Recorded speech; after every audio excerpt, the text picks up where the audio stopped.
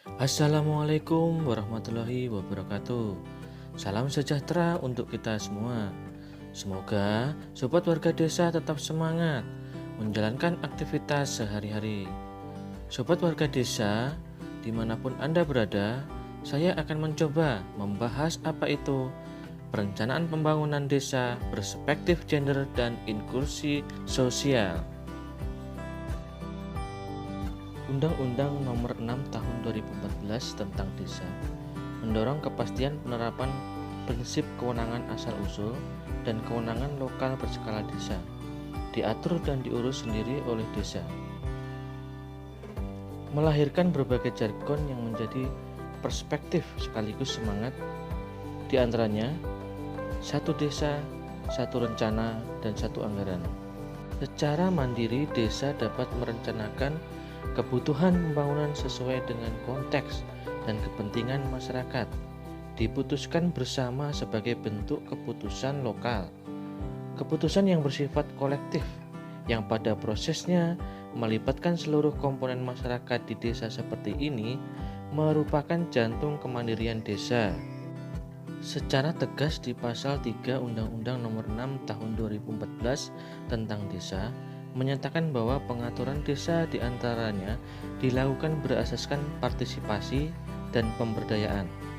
Partisipasi di sini tidak hanya diartikan kehadiran secara fisik, namun juga menekankan pada partisipasi untuk menyuarakan kepentingan dan kebutuhan, memanfaatkan akses dan kontrol dalam pembuatan kebijakan publik di desa, serta mengedepankan, menghargai, dan menjunjung tinggi hak-hak kelompok-kelompok yang selama ini terpinggirkan dari pembangunan seperti orang miskin, perempuan, kaum minoritas. Keterlibatan seluruh komponen masyarakat desa dalam hal ini harus diartikan sebagai partisipasi aktif, kritis, dan inklusif. Aktif tidak hanya menghadiri berbagai pertemuan dari rangkaian penyusunan rencana pembangunan desa, namun juga aktif dalam memberikan berbagai sumbangan pemikiran, ide, pengalaman.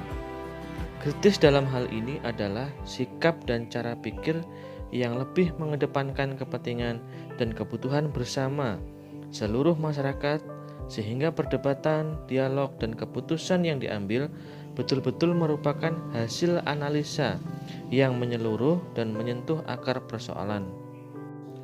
Permendes Nomor 17 Tahun 2019 tentang Pedoman Umum Pembangunan dan Pemberdayaan Masyarakat Desa menyatakan perencanaan pembangunan desa disusun oleh pemerintah desa sesuai kewenangan desa berdasarkan hak asal-usul dan kewenangan berskala lokal desa dengan mengacu pada perencanaan pembangunan kabupaten dengan melibatkan badan permusyawaratan desa dan unsur masyarakat desa, serta didampingi oleh perangkat kabupaten, tenaga pendamping profesional, kader pemberdayaan masyarakat desa, dan pihak lainnya. Sederhananya, inklusif itu terlibatkannya secara menyeluruh berbagai komponen masyarakat di desa. Dalam kaitannya dengan pembangunan, harus terlebih dahulu dipastikan keberadaan komponen yang ada di dalam masyarakat, yakni profesi, status sosial, kelompok umur, tingkat kesejahteraan, kemampuan, jenis kelamin, dan keterampilan.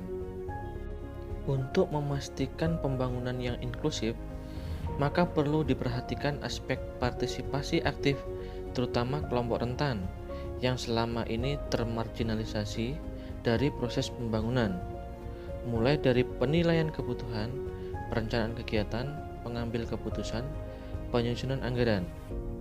Orang miskin, perempuan, lansia, anak-anak atau remaja, disabilitas, kelompok minoritas harus dipastikan dapat mengikuti proses perencanaan pembangunan, melakukan monitoring dan evaluasi, serta memastikan keberlanjutan program atau kegiatan. Pendekatan inklusi sosial berarti memastikan kelompok masyarakat yang selama ini mengalami stigma dan termarginalisasi dapat diterima, dilibatkan, dan diperlakukan sama dengan warga lainnya. Pada akhirnya, Peluang integrasi isu gender dapat tercermin dalam 1. Proses perencanaan partisipatif di mana perempuan dan laki-laki terlibat dan menyampaikan aspirasi serta kebutuhan mereka secara aktif. 2. Dokumen perencanaan baik secara tersurat maupun tersirat dalam rumusan kondisi desa, visi dan misi, isu strategis, sasaran, program atau kegiatan pemerintah desa yang berkomitmen untuk mengurangi kesenjangan gender. 3. Program dan kegiatan khusus pemberdayaan perempuan. 4. Indikator dan target yang terpilah. 5. Target dan indikator yang terfokus pada isu-isu terkait gender tertentu.